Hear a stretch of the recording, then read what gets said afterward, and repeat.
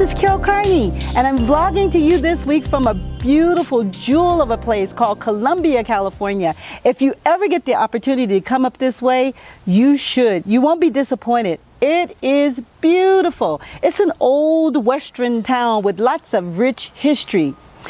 Last week, JC and I and Spectrum, we had the opportunity of providing the music for Kelly Williams, and my life was forever changed in terms of how I view sharing the gospel.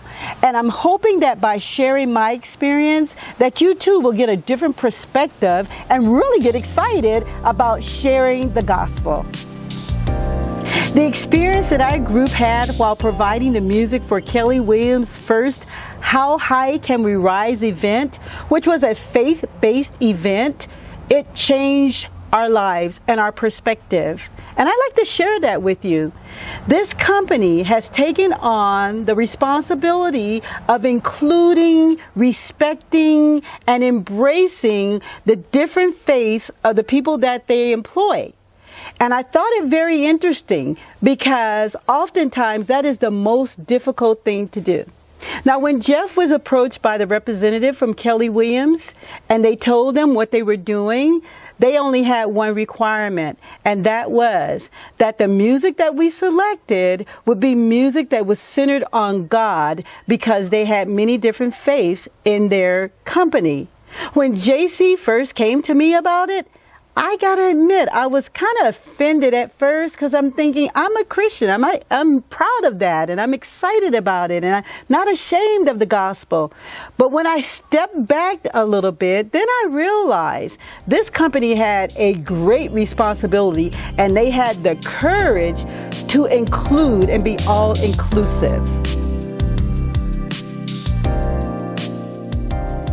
Okay, let me tell you what I mean when I say all-inclusive. Kelly Williams is a company that had the courage to address and acknowledge that there was diversity in religion. I had to think to myself, how often do I think about diversity in religion? I must tell you, almost never.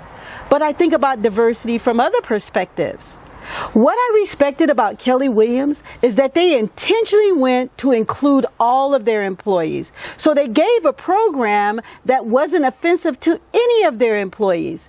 But I must admit, when JC came to me and said that he had to select songs that didn't have Christ or didn't have Jesus, I was offended. I was offended because I'm not ashamed of the gospel. But then I had to take a step back and I had to realize that the world around me is changing. So maybe my approach to winning people for God, it has to change as well. So if I'm putting up walls and I'm putting up things that can be offensive, or I'm putting up things that can divide us, then how then can I expect to reach those who I believe need the truth? And so my question to you is I want you to think about this. Think about how we perceive our faith and how we perceive religion. And is there room for us to meet people where they are rather than turning people away from where we want them to go? It's something to think about. Okay, follow my train of thought.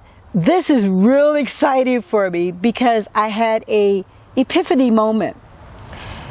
When Jesus first started his ministry, he only spoke to his people because he wanted them to get grounded and strong in the faith. Then he realized it was time to take that message outside of the Jewish faith.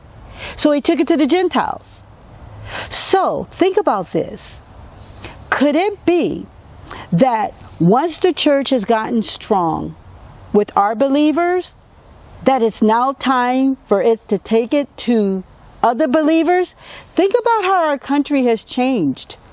We no longer are a country where Christianity is thought to be the one and only truth.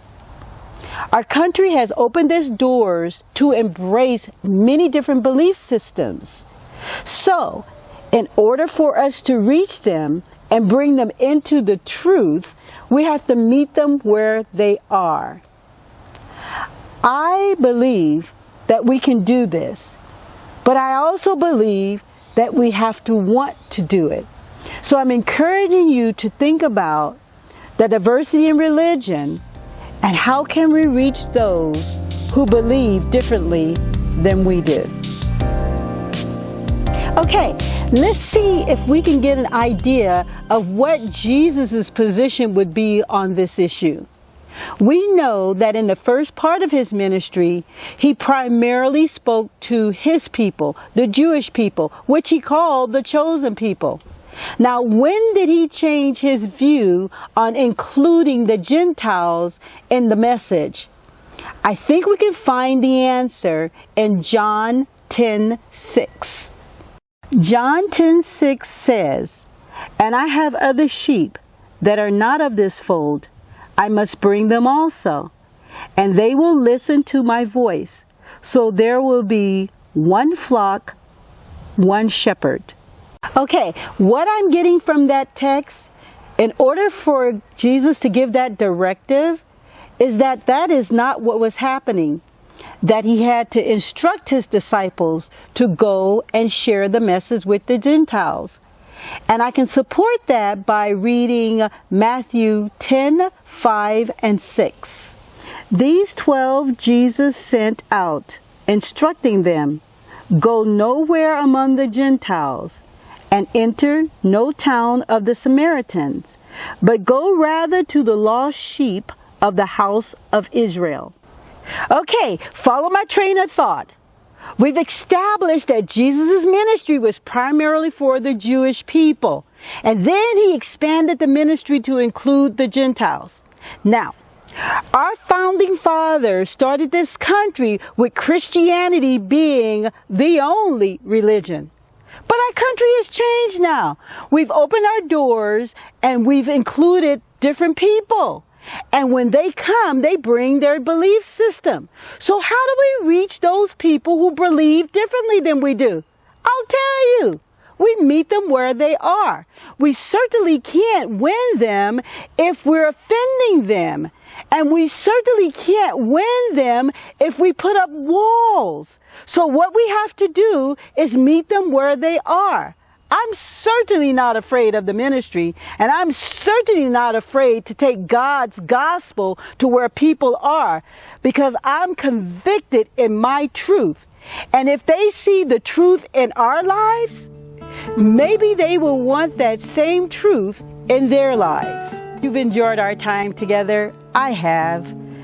It's not the beach, not cool. In fact, it is hot. I'm perspiring, bad hair day, but I've enjoyed my time with you. What I'd like to ask you to do is meet me at the vlog if you want to hear more about our experience with Kelly Williams. I certainly hope we've had a heart connection from my heart to your heart. To book Carole Carnie for your event, call 888-332-6641. That's 888-332-6641.